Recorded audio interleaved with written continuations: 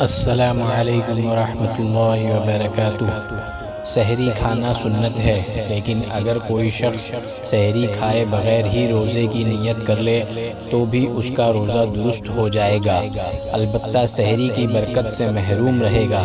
افطار کا وقت ہو جانے کے بعد افطار میں جلدی کرنا سنت ہے، بلا وجہ اس میں تاخیر کرنا پسندیدہ نہیں ہے۔ جس طرح ہر عمل کے لیے نیت کی ضرورت ہوتی ہے، اسی طرح تمام روزے کے لیے بھی دل کی نیت کرنا شرط ہے۔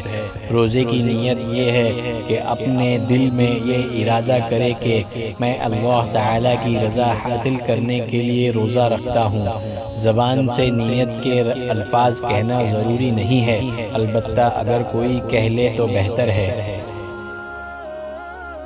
اگر کسی کو روزے کی حالت میں بیماری کے بڑھ جانے یا جان کی ہلاکت کا خطرہ ہو تو روزہ نہ رکھنے کی اجازت ہے، بعد میں اس کی قضا لازم ہوگی۔ روزہ رکھنے کے بعد کوئی شخص ایسا بیمار ہو جائے جس سے بیماری کے بڑھ جانے یا دیر سے ٹھیک ہونے کا خطرہ ہو، یا کسی شخص کو روزہ رکھنے کے بعد بھاپ یا اس جیسی کوئی چیز لینا ضروری ہو جائے، نہ لینے کی صورت میں بیماری کے بڑھنے یا جان کی ہلاکت کا ڈر ہو تو ان دونوں صورتوں میں روزہ توڑنے کی اجازت ہے، اور اس دن کی صرف قضا لازم ہوگی، کفارہ لازم نہیں ہوگا۔